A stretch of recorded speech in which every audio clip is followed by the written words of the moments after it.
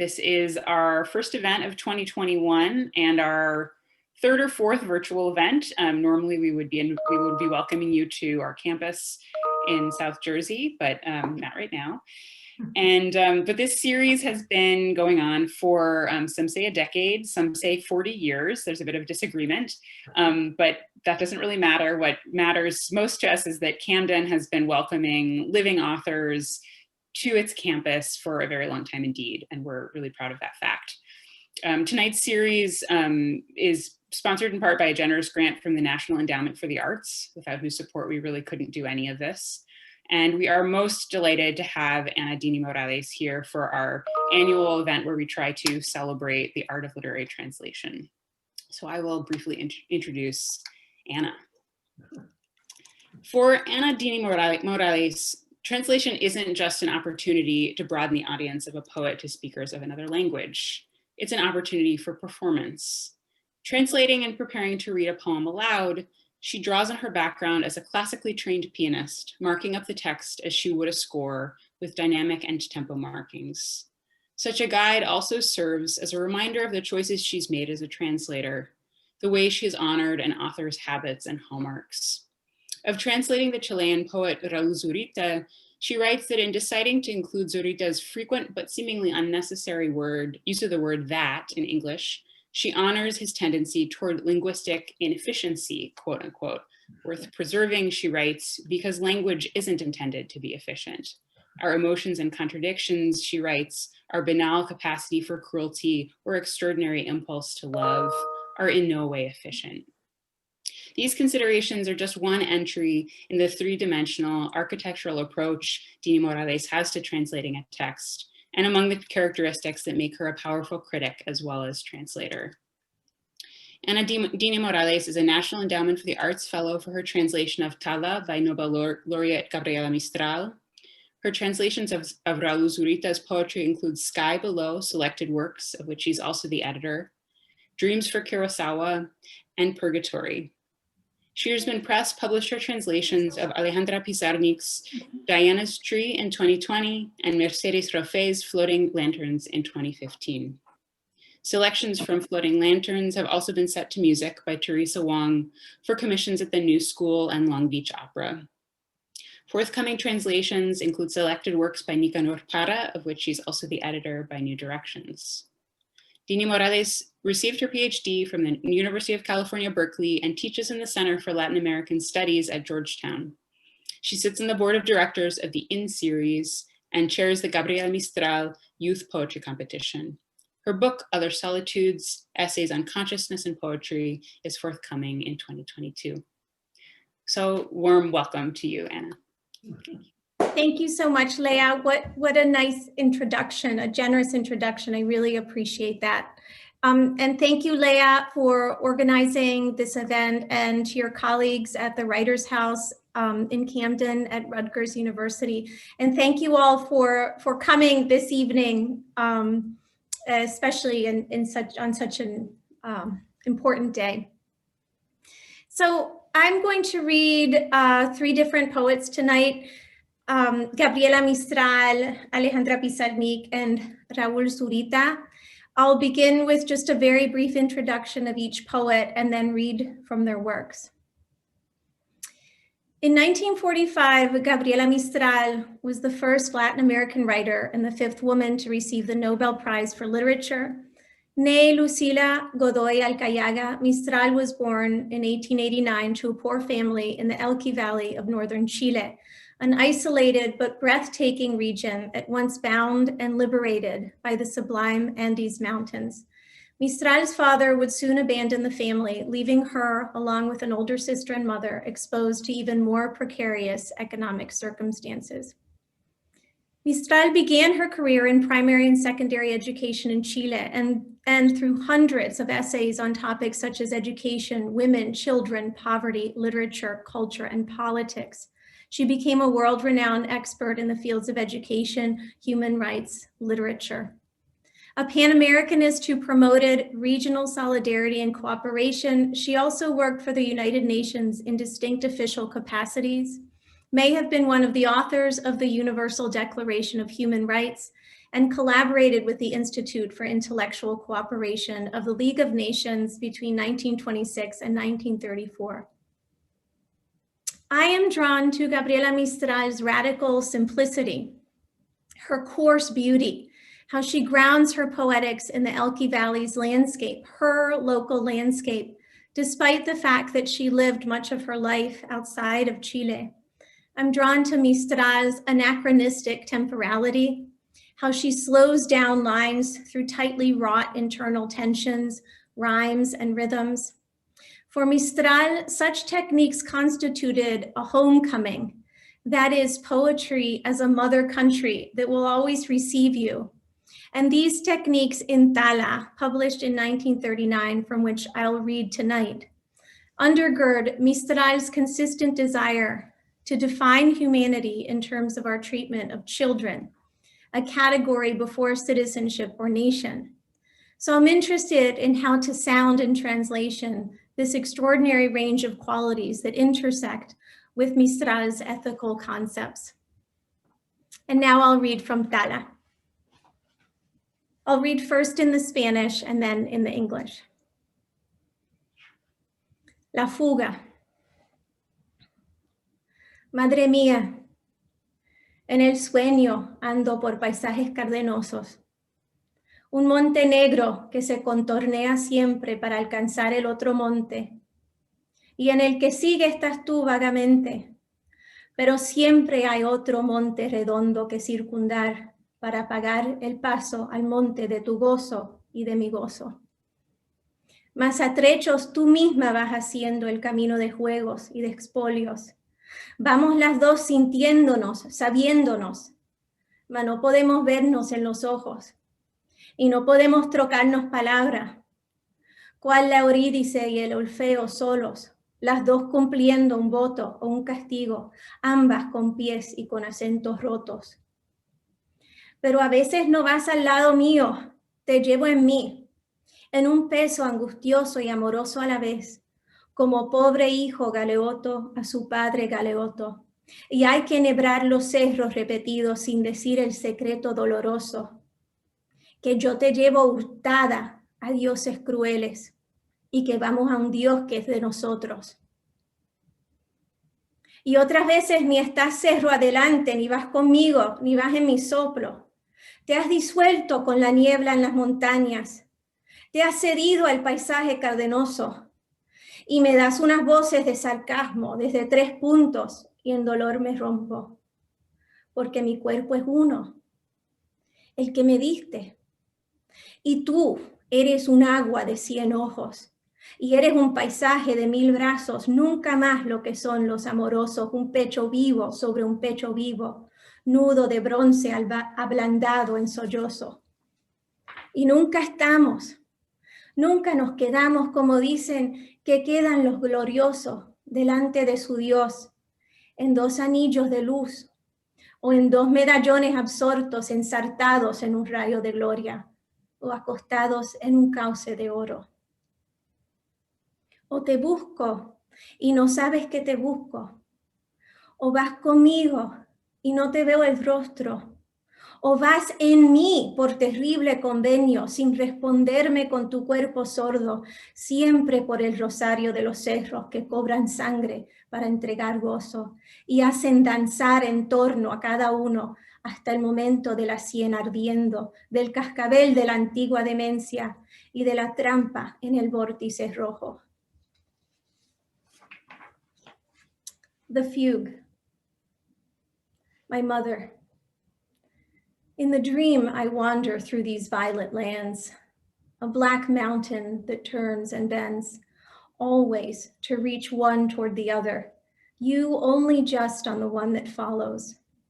But there is always another mountain to round, the price to pay the toll to the mountain of your joy and of my own. Yet for stretches, you yourself take the walk of games and of plunder. We go each the other sensing, knowing, yet we can't see ourselves in each other, and we can't speak our words to the other, like Orpheus alone and Eurydice alone. each living out a promise or penance with broken accent and broken feet. But sometimes you are not next to me. I hold you in me in a weight as anguished as it is full of love. Like the poor galley slave son holds his galley slave father. And we have got to weave through the hills without us saying the painful secret that I have stolen you from cruel gods and that we go to a God of our own. Other times you're neither in the hill ahead, nor with me, nor in my breath. You have dissolved with the mountain's mist. You have given in to the violet land. And your voice from 3 points doles derision, and I break in pain because my one body is the one you gave. And you are water of 100 eyes, and our land of 1,000 arms. Nevermore what loved ones are, a living chest on a living chest, a bronze knot that is eased in sob. And we never stay like they say that the glorious stay in front of their God, in 2 rings of light or 2 medallions enraptured, threaded in 1 ray of glory, or lying down in a riverbed of gold. Or I look for you and you do not know, or you go with me and I can't see your face, or you go within me through an awful vow, with no answer now from your deaf body, forever by the rosary of the hills, that hand out joy by exacting blood, and make us each one dance around until the moment your temples burn, the clangor of the ancient dementia and the snare in the red vortex turn. Cosas.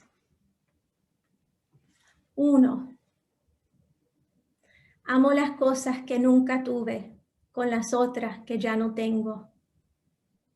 Yo toco un agua silenciosa, parada en pastos friolentos, que sin un viento tiritaba en el huerto, que era mi huerto.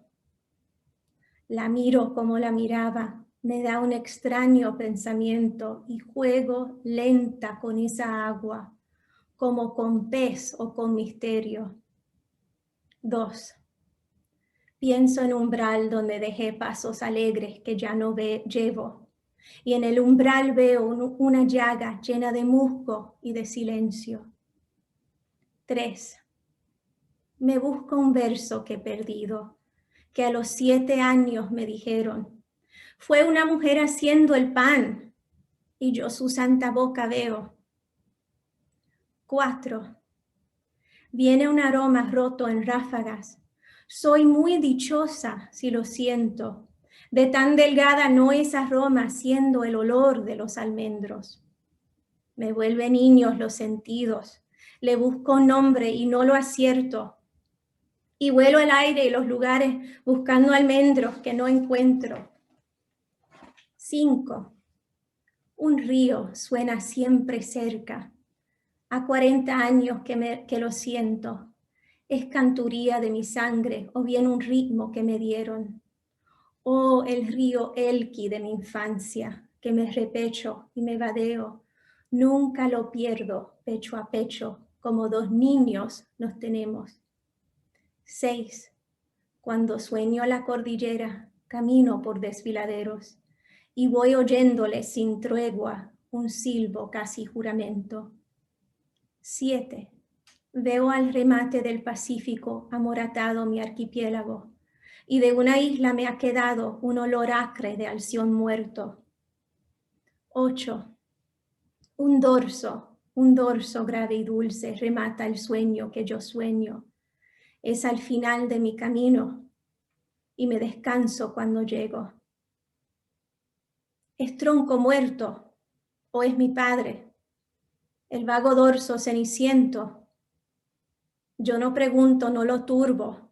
Metiendo junto, callo y duermo. 9.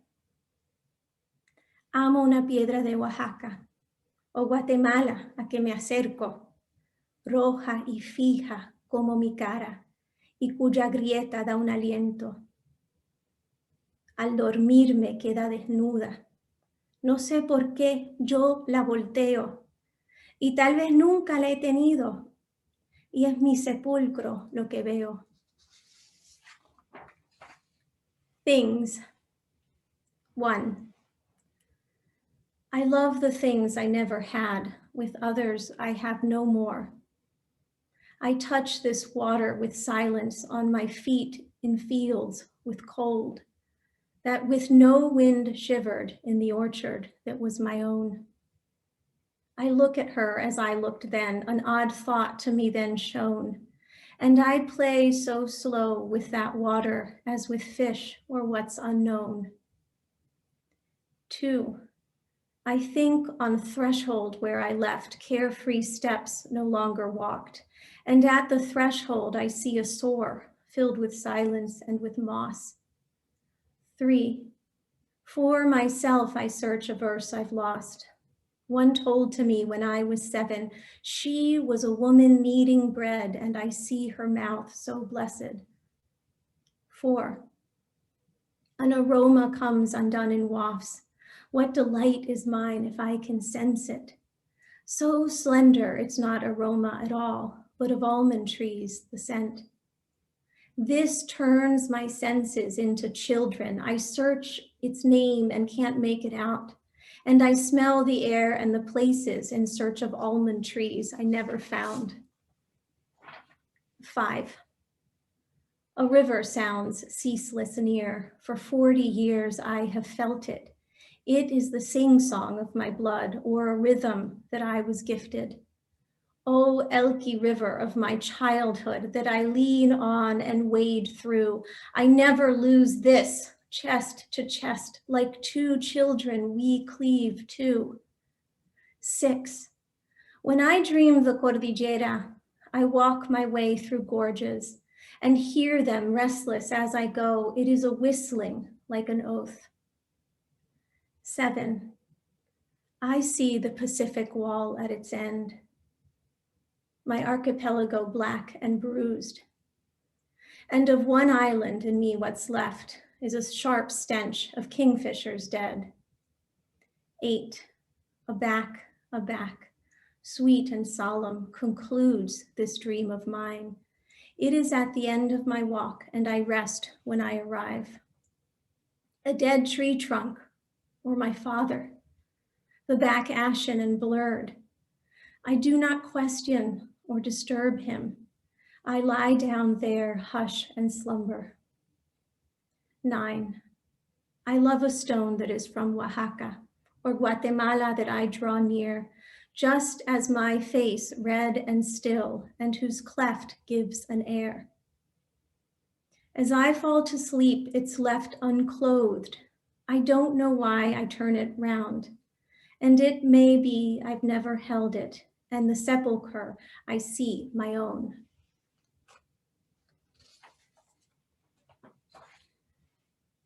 País de la ausencia. País de la ausencia. Extraño país. Más ligero que ángel y seña sutil. Color de alga muerta, color de neblí. Con edad de siempre, sin edad feliz. No echa granada, no cría jazmín, y no tiene cielos ni mares de añil. Nombre suyo, nombre, nunca se lo oí, y en país sin nombre me voy a morir. Ni puente ni barca me trajo hasta aquí, no me lo contaron por isla o país.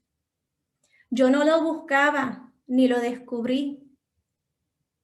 Parece una fábula que yo me aprendí, sueño de tomar y sueño de desasir. Y es mi patria donde vivir y morir. Me nació de cosas que no son país, de patrias y patrias que tuve y perdí, de las criaturas que yo vi morir, de lo que era mío y se fue de mí.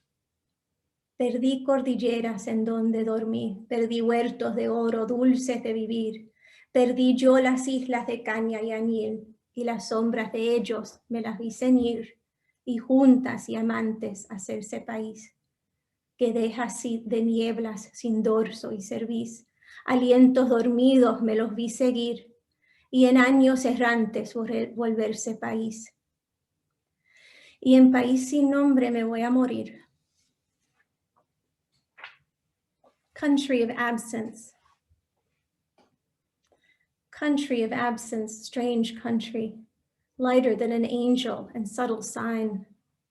Color of lifeless algae, color of peregrine, with age of forever, ageless, pleased. No pomegranate sprout or jasmine raised, nor does it have indigo skies or seas. Its name, I never heard it said, and in nameless country I will end. No bridge or boat brought me here. No one ever told me of country or isle. I did not search for it, nor could ever find. It looks like a fable that I learned, dream to be taken and dream to unleash. And it is my homeland I live and end to be. It was born in me of things that are not country, of so many homelands I had and lost, of the children who I saw die and what was mine and left of me. I lost the cordilleras where I used to sleep, lost orchards of gold so sweet to be, lost the islands of cane and indigo and their shadows I saw them besieged, and together and lovers become country. Manes of clouds with no neck or spine, breaths asleep I followed behind, and in wandering years country become, and in nameless country I am undone. This is the last poem from Tala. La extranjera. Habla con dejo de mares bárbaros. Con no sé qué algas y no sé qué arenas. Reza oración a Dios sin bulto y peso, envejecida como si muriera. En huerto nuestro que nos hizo extraño, ha puesto cactus y zarpadas hierbas, alienta del resuello del desierto y ha amado con pasión de que blanquea, que nunca cuenta y que si nos contase sería como el mapa de otra estrella. Vivirá entre nosotros 80 años, pero siempre será como si llega, hablando lengua que jadea y gime y que le entienden solo bestezuelas. Y va a morirse en medio de nosotros, en una noche en la que más padezca, con solo su destino por almohada, de una muerte callada y extranjera. The Foreign Woman. She talks with tones of her barbarous seas, with who knows what algae, who knows what sands. She prayers to a God with no weight or heft, and she has grown old as if she were to end. In a garden of our own that made us foreign, she put down cactus and clawed herbs by hand. She's nourished by the desert's pant and has loved with passion that makes her pale, that she never tells, and if she were to tell, it would be like the map of another star. She will live among us 80 years, but always be as if just here, talking a tongue that pants and groans, and that only beasts will respond. And she will die surrounded by us all, on a night when she suffers the most, with only her fate to rest her head on, of a death that's hushed and foreign.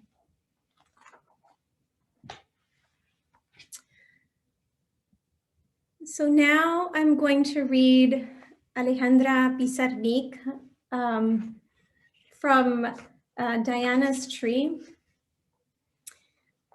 Alejandra Pizarnik lived from 1936 to 1972. She's one of Latin America's most distinguished, widely read, and influential writers. She wrote numerous volumes of poetry, experimental fiction, as well as literary criticism, and her works have been translated into various languages. Árbol de Diana, published in 1962, is Pizarnik's fourth volume of poetry. The book's title refers to the arborescent crystallization of a silver and mercury amalgam a phenomenon medieval alchemists called Diana's tree, drawing from the rich traditions of Semitic, Chaldean, Neoplatonic, and Alexandrian thought that associated metals with planets. Alchemists identified silver with the moon and the goddess Diana. In Diana's tree, Pizarnik thus crystallizes the meeting of ancient Semitic philosophy with chemical processes, lunacy with science, and the beauty of poetic form with the painful inevitability of loss through change. Pizarnik, the child of Russian Jews, grew up speaking Yiddish in Buenos Aires, and many literary critics have suggested that her poetry constantly circles around a sense of absence or emptiness. Tamara Kamansain, a contemporary Argentinian writer, for example, likens what she describes as Pizarnik's resistance to identifying the names of things to the Jewish prohibition of writing the name of God, lest it be erased.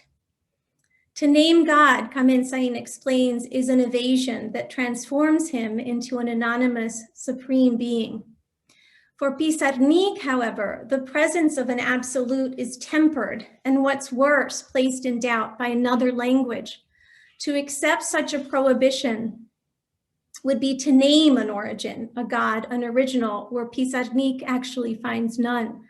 The words of this world that part her, que partió de mí, she says in one of the poems I'll read, break her, birth her, cut her, and take her away. The words that are elsewhere are those of another language within her. The other language constitutes her foundational relationship to meaning that is never grounded, never stable, never univocal or supreme, and always somewhere else. The endecha, a Sephardic musical and poetic form of lamentation, lingers insistently behind this book.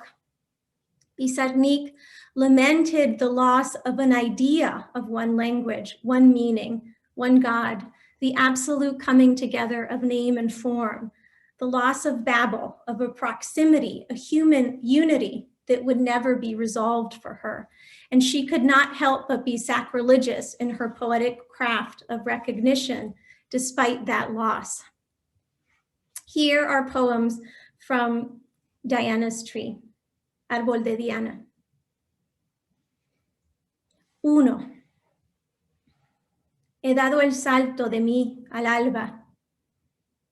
He dejado mi cuerpo junto a la luz y he cantado la tristeza de lo que nace. 1.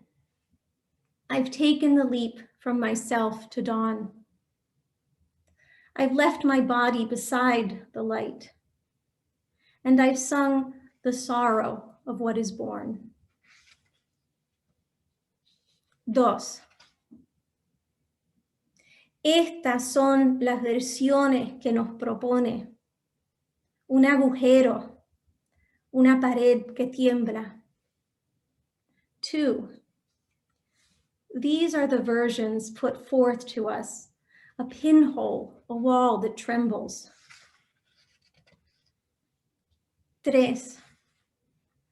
Solo la sed, el silencio, ningún encuentro.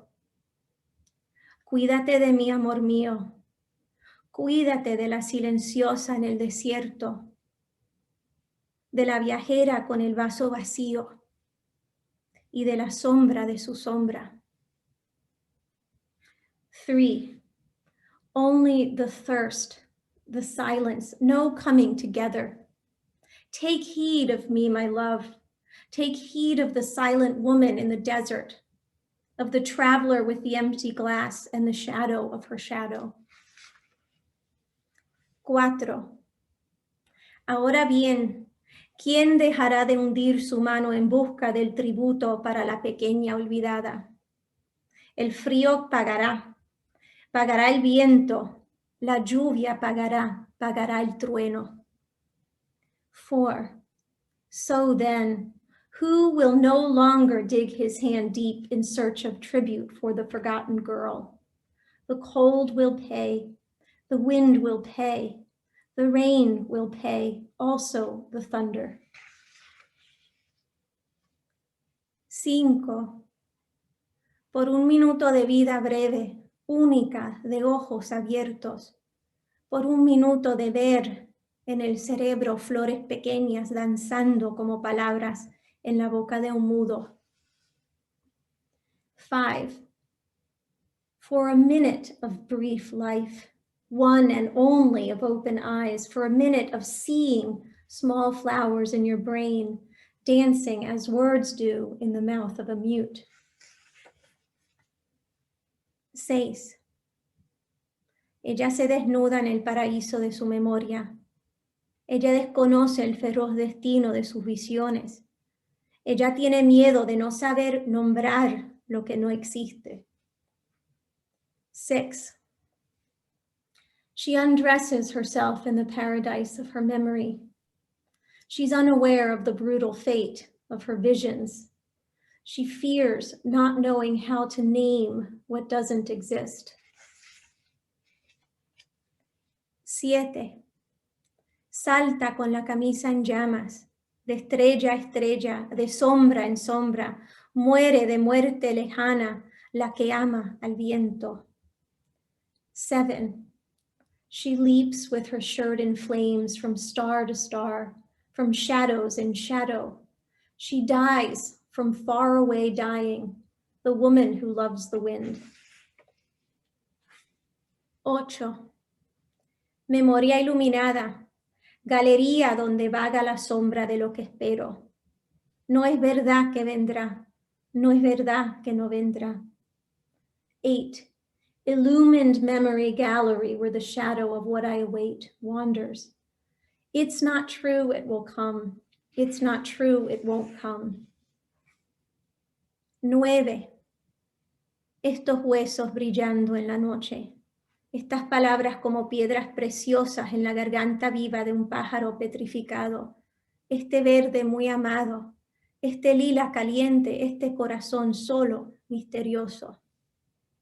9. These bones brilliant in the night, these words like precious stones in the living throat of a petrified bird. This beloved green, this hot lilac, this heart alone mysterious. 10. Un viento débil, lleno de rostros doblados que recorto en forma de objetos que amar. 10. A feeble wind full of folded faces I cut into the forms of objects to love. 11. Ahora, en esta hora inocente, yo y la que fui nos sentamos en el umbral de mi mirada. 11. Now, at this innocent hour, I and the one I was sit at the threshold of my gaze. 12. No más las dulces metamorfosis de una niña de seda, sonámbula ahora en la cornisa de niebla. Su despertar de mano respirando de flor que se abre al viento. 12. No more the sweet metamorphoses of a girl of silk, sleepwalker now in the cornice of mist. Her awakening of breathing hand, a flower that opens to the wind. 13. Explicar con palabras de este mundo que partió de mí un barco llevándome. 13. Explain with words of this world that bore of me a boat elsewhere. Gracias. Thank you. How are we with time, Leah? It's 7:45, so we're doing okay. Okay. Yeah. So lastly, I'm going to read from Raul Zurita's poetry. I've been translating Raul Zurita for a long time now. And so really, I learned to translating his work and then moving on to the other works I just read you. So born in 1950, Chilean Raul Zurita is widely recognized as the most prominent living poet by writers, visual artists, and academics for his politically and emotionally charged literary oeuvre, as well as his large-scale installations, geoglyphs, and art actions. However, Zurita's poetry reaches well beyond such literary and artistic milieu. Through readings that touch thousands of individuals from all socioeconomic groups, ages, and regions. Few living artists have this ability, which we call duende, to move an audience that works with works that are as formally innovative as they are moving. We are moved to weep and face our unavoidably intertwined, common, and individual histories.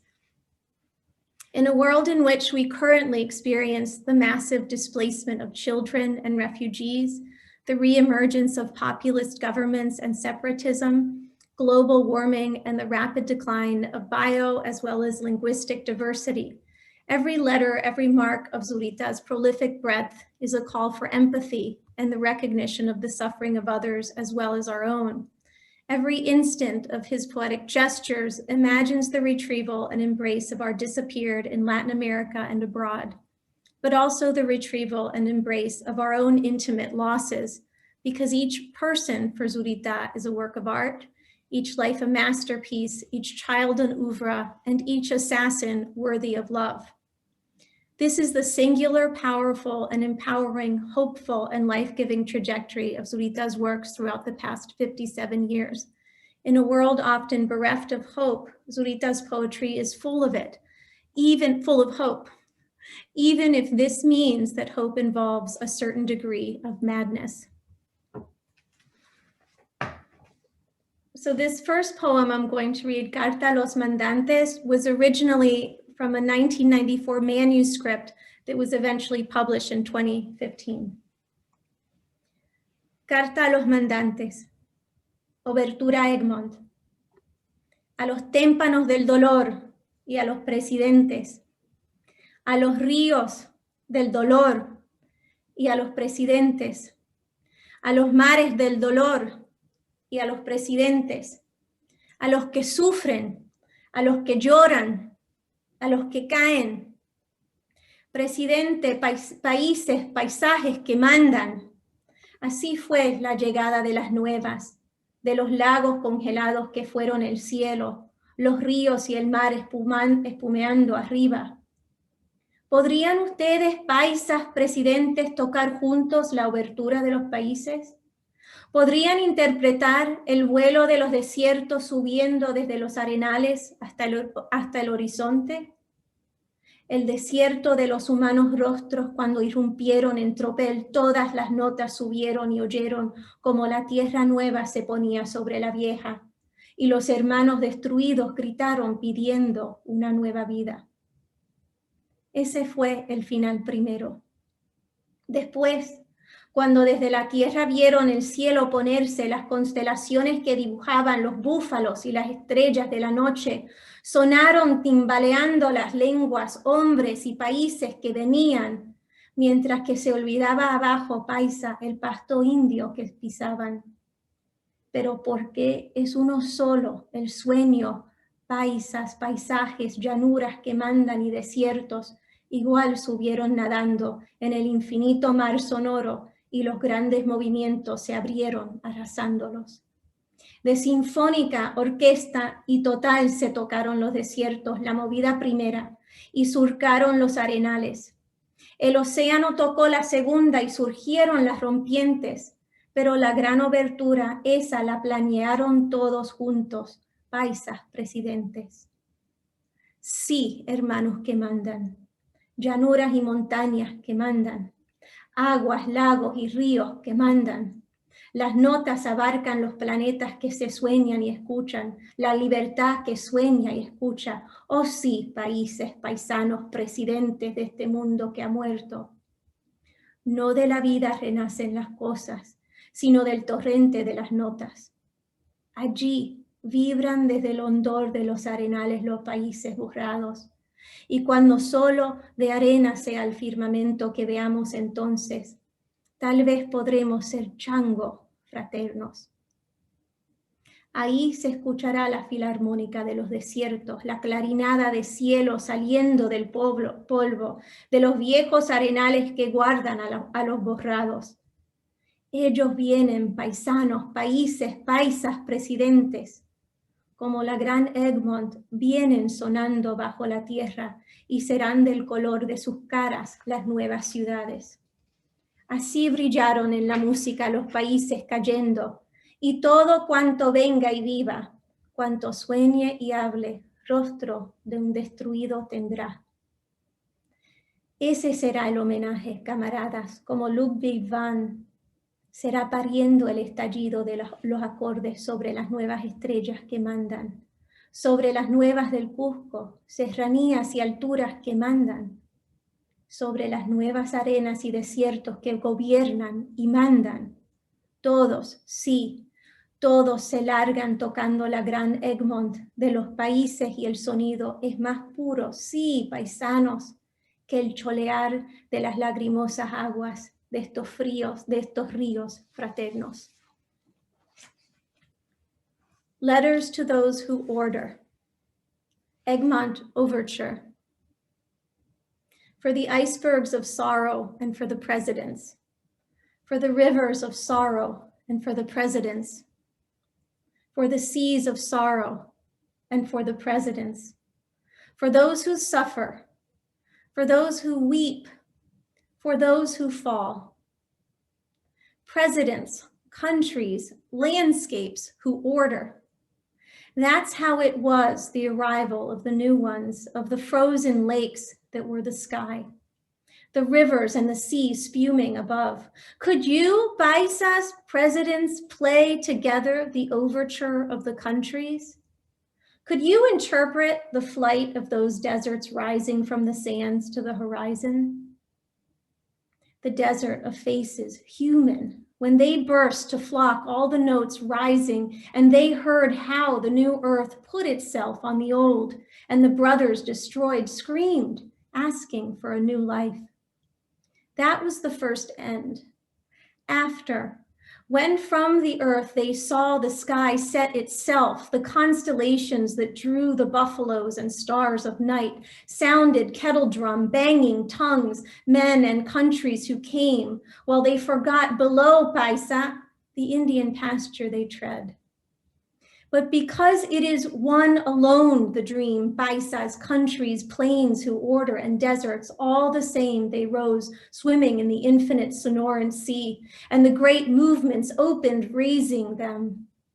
Of symphony, orchestra, and all the deserts, they played themselves the first movement and scored the sands. The ocean played the second, and the breakers surged.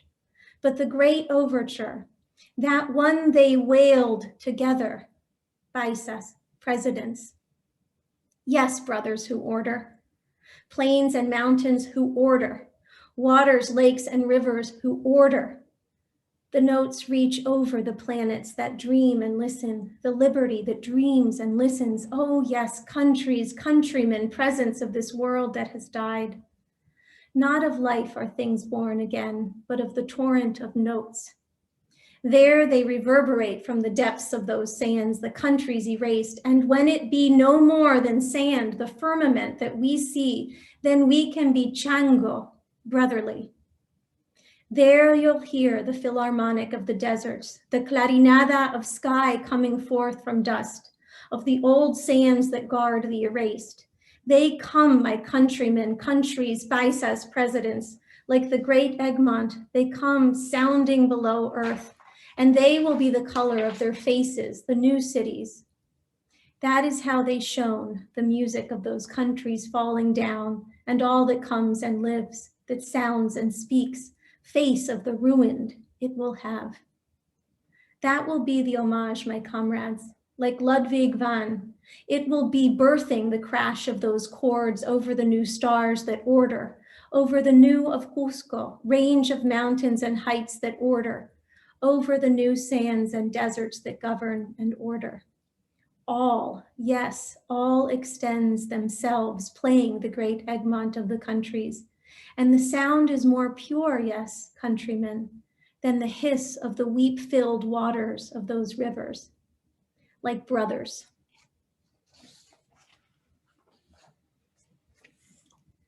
Las ciudades de agua. Uno. These next two poems were published in Zurita, from 2011. Las ciudades de agua 1, a Paulina Vent. Un hombre que agoniza te ha soñado. Un hombre que agoniza te ha seguido. Uno que quiso morir contigo cuando tú quisiste morir. Allí está mi cuerpo estrellado contra los arrecifes cuando ahogándome te vi emerger. Y eternamente cerca y eternamente lejos eras tú, la inalcanzable playa. Todo en ti es doloroso.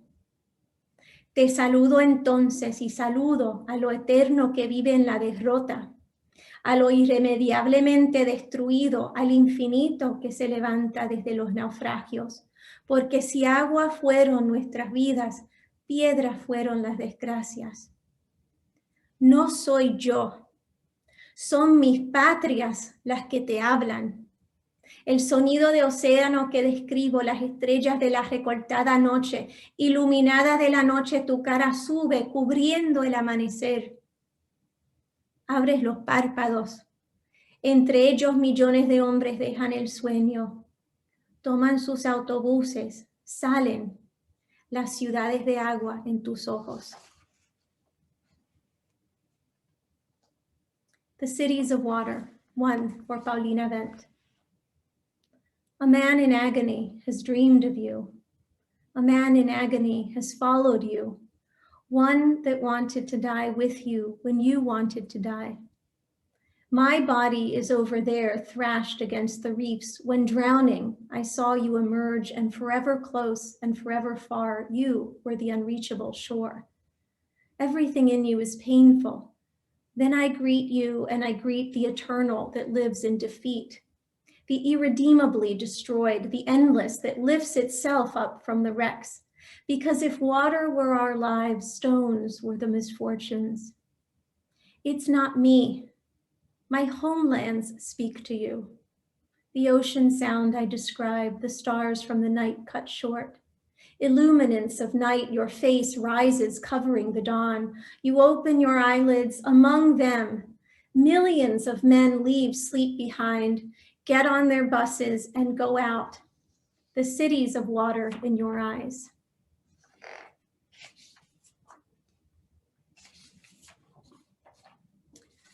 This poem, again, is from La Vida Nueva. Guárdame en ti. Entonces guárdame en ti, en los torrentes más secretos que tus ríos levantan. Y cuando ya de nosotros solo quede algo como una orilla, tenme también en ti. Guárdame en ti como la interrogación de las aguas que se marchan.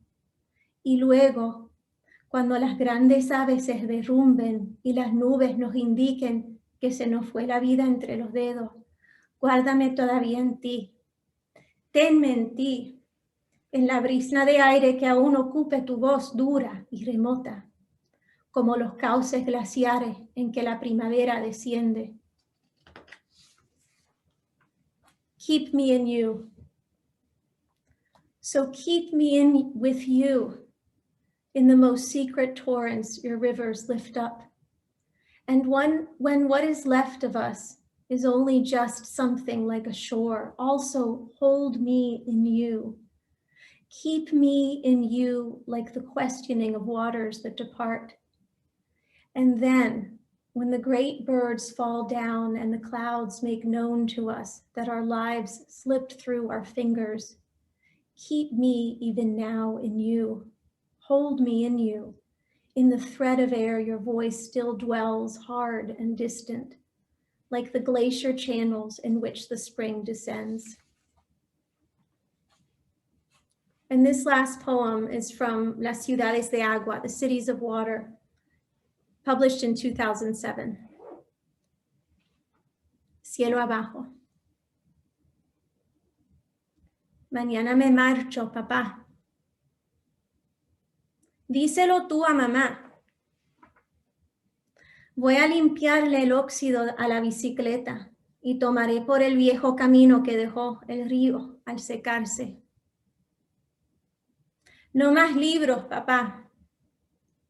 Partiré muy temprano para que mamá no lo advierta. Después se lo cuentas tú, papá. No me despediré de nadie. Me habría gustado dejarle algunas flores a Beli, pero ya hace mucho que aquí las únicas flores que se dan son las piedras. Hondo es el pozo del tiempo. ¿Ves allá al fondo esas montañas? Sus cumbres están tapadas y quizás llueva.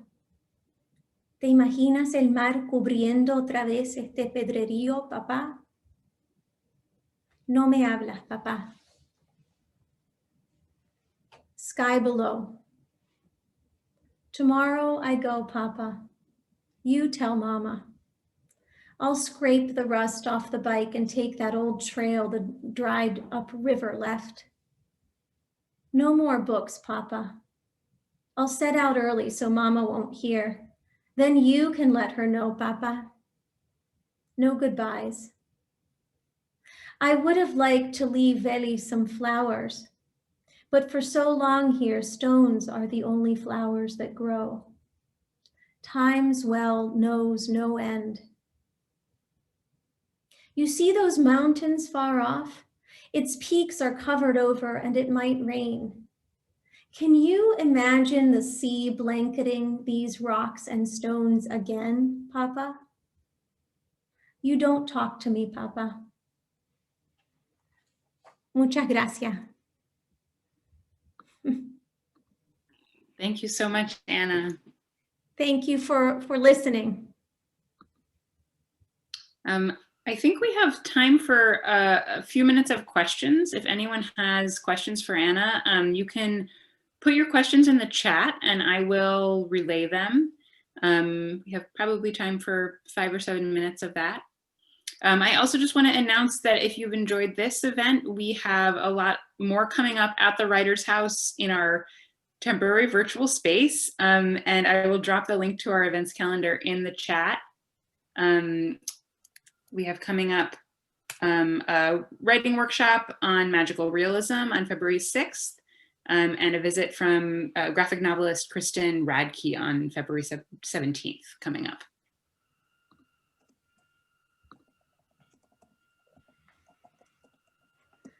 We do have a question from Mara, and she says, can you speak to your experience writing the opera Zavala Zavala? What is your writing and preparation process like as compared to your other projects? And if there's time, was there something about the genre of opera that seemed ideal for telling this story? So that's a really interesting question. So basically, build the bridge between work in translation and work on librettos.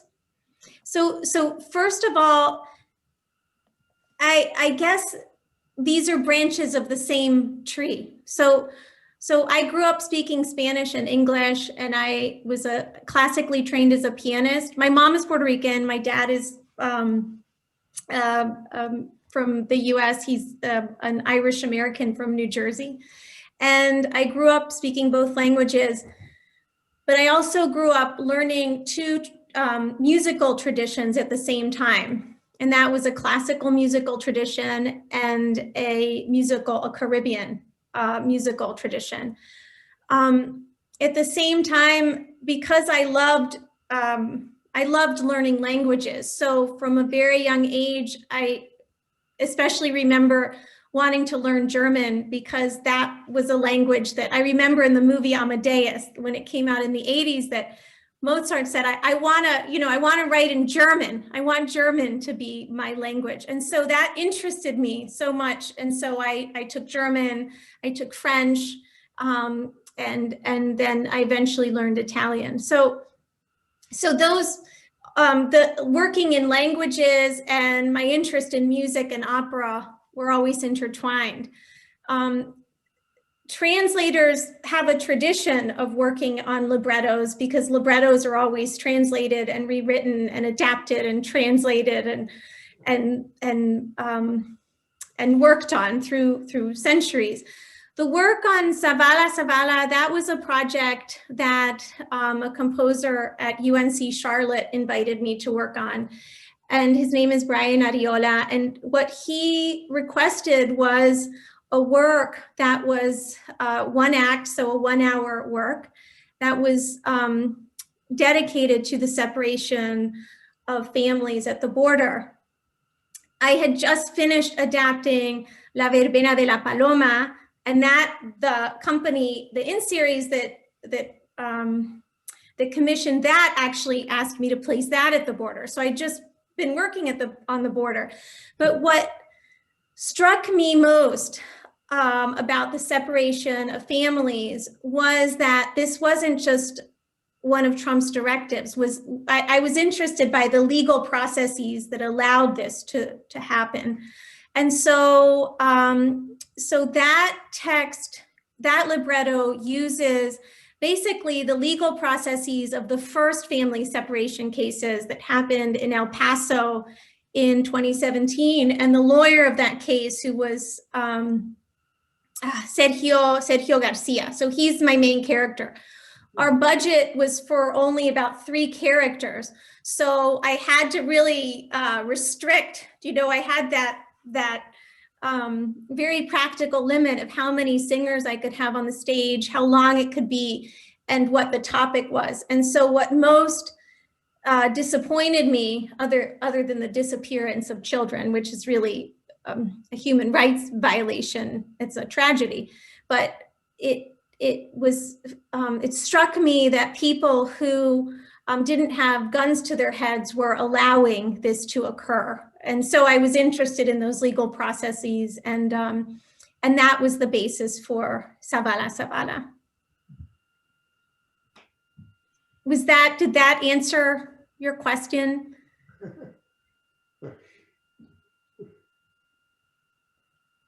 Yes. But I mean, there are a lot of the separation of children as a topic is typical. Actually, the operas and zarzuelas I had worked on before both dealt with the same theme. So Cecilia Valdés by the composer Gonzalo Roig, that was from Havana, from Cuba in 1932. That was an adaptation of the 19th century novel Cecilia Valdés, which is about the el secuestrar, the kidnapping of a child from a mother. So that's that's Cecilia Valdés. Then the late 19th century zarzuela that I adapted called La Verbena de la Paloma, which takes place in Madrid. Really, all of the main young characters there are all characters who have been displaced from different parts of Spain, and they end up in Madrid. And so they're exposed because they're young and without their families, without their parents, they're exposed to the dangers of that city. So that's the separation of children is a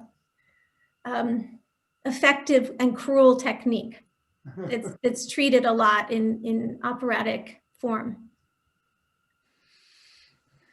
Thank you. There's another question from Bill, who says, I loved listening to the musicality of the readings. As a translator, do you think in the language you are translating into, I'm guessing, or do you have a native thought language?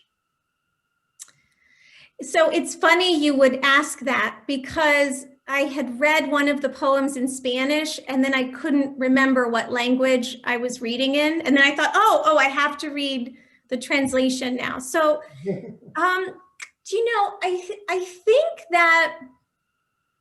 think in sound. So I'm constantly listening to how people are speaking, to birds, to music, to rhythms. So I think that there's a thinking in sound and patterns. And but when you grow up bilingually, as I did, you know, sometimes there's only sometimes saying, for example, te amo in Spanish, or, there are categories that you are more comfortable in whatever language. So I think it depends what you're talking about and what you're thinking about. But I think that languages, it's like this huge tapestry that goes in multiple directions. And when you think of English, there's no definitive article in English. English is a form that breathes and swallows and chews many, many different languages. And so, for example, in that last poem, we were talking about this in our workshop today, that last poem of the Pizarnik, I used an Alexandrine syllabic count to hold that poem together. So, and that's from a traditional Spanish poetic tradition. So there are many different syntactical ways of thinking you're working in this thing we call English, but really it's undergirded or traversed or held by many other languages or traditions or sounds. There's a great book by David Moody. The title escapes me, but it's about T.S. Eliot and how T.S. Eliot is a particularly American poet because of his use of bird sounds in his work. So because he was so associated with England and the British tradition because he lived there. So anyway, so I think in sound. Another question from Sophia. Do you ever translate from English into Spanish? I don't. I do think that maybe if we have to think of it as an instrument, maybe my instrument is an English, or is Englishes. But I don't. Don't know why. People ask me that, though. I think maybe there are better people to do that than me. And we'll take a last question from Felix, who asks, what originally interested you in Zurita's work?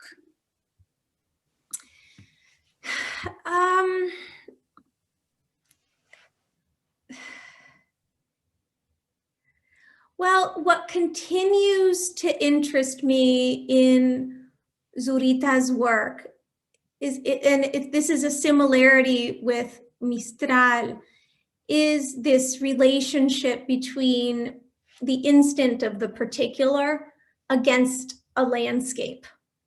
And, that's why I ended with that poem. You could say that last poem is a rewriting of the fugue, La Fuga, the first poem of Mistral in Tala. No me hablas, papá. So there's this, this prosopopia, but a lack of a return. It's a nightmare, really. It's a nightmare that you're speaking to someone and you're not fulfilling that return. There's a cliff there. So that always drew me to Zurita. The expansiveness of the lines, this rigidity, like the visual rigidity of his text in combination with this expansiveness, this elasticity of the lines, I think is very powerful. And then this idea of a landscape that receives people who weren't received by others, a landscape that shows empathy. There's a deep sense of empathy established in Zurita, and it is, I think, because of a multi-temporality that he develops, in addition to the multiplicity of geographical locations. So that multiplicity and the ability to establish a sense of empathy, despite the fact that he's speaking to you know, the disappeared, people who never had the opportunity to be returned to their families. You know, at the same time that there's empathy for a kid who says it's time to go, Dad. I can't be here anymore. Do you know, somehow that moving on gesture, Dad, you know, no more books, Dad. Like that moving on gesture is just as rotund in his poetics. Thanks, Anna. I think it's probably a good question to close on. So I want to thank everyone once again for being here. Please join us for our other events this semester. You can find us at writershouse.camden.rutgers.edu. And a warm thank you to Anna for her amazing workshop and reading tonight. Thank you so much. Thank you so much, Leah. What a great pleasure. It's so good to see you all. And I hope you're all well. And I hope we can see each other soon and embrace. Bravo, Ana. Gracias, Valerie. Hola, Valerie. Bravo. Hola, Patty. Bravo. Thank you. Good night, everyone. Thank you. Buenas noches. Good Buenas night. noches. Gran día. Bye, Ana. Adios. I'll stay till the end. Adios, Emily. Thanks for coming. And Patty. Adios, Patty.